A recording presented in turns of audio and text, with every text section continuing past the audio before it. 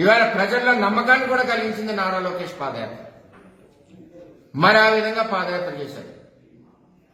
అంటే నారా లోకేష్ గారు deputy CM కావాలని కార్యకర్తలు కోరడానికి కారణాలు ఏంటంటే ఇవన్నీ. కార్యకర్తల మనోభావాలు ఉన్నాయి. రేపు ఈ తెలుగుదేశం పార్టీ నేనున్నాను, రేపు ఈ తెలుగుదేశం పార్టీని భవిష్యత్తులో ఎవరు నడుపుతారు, ఎలాగుండాలి అన్న ఆలోచన నాకు ఉంటుంది. ఎంచేదంటే మేము కరుడు కట్టిన సైనికులం తెలుగుదేశం పార్టీలో. రేపు ఈ పార్టీ కింద పడకూడదు. ఈ పార్టీ ఎవరి చేతిలో అయితే బాగుంటుందంటే భవిష్యత్తు నాయకుడు ఎవరో నారా లోకేష్. ఆయనకే ఉట్నేమో ఇవ్వరు కదా పదవులు. ఇంత కష్టం ఉంది నారా లోకేష్ ఈరోజు ఈ స్థాయికి పార్టీని తీసుకొచ్చాడంటే.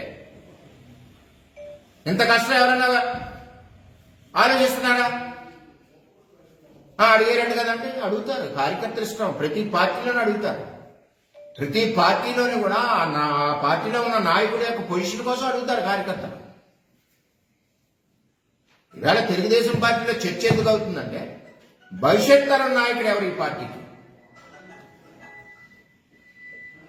ఎవరున్నారు, ఎవరు కష్టపడ్డారు, ఈ పార్టీ పునాదులు బలీయంగా ఉండడానికి యువగలం పాదయాత్ర ఎవరు చేశారు?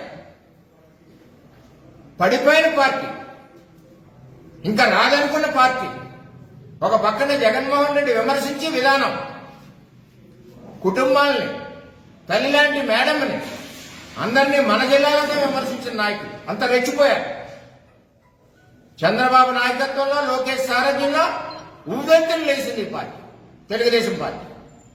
చేత ఏంటంటే ఇది నేను మాట్లాడేది అన్ని విషయాలు కూడా మీరు దయచేసి వక్రీకరించద్దు. మీరు అడిగారు కాబట్టి కడుపులో ఉన్న భావన కూడా నాలో ఎక్స్పోజ్.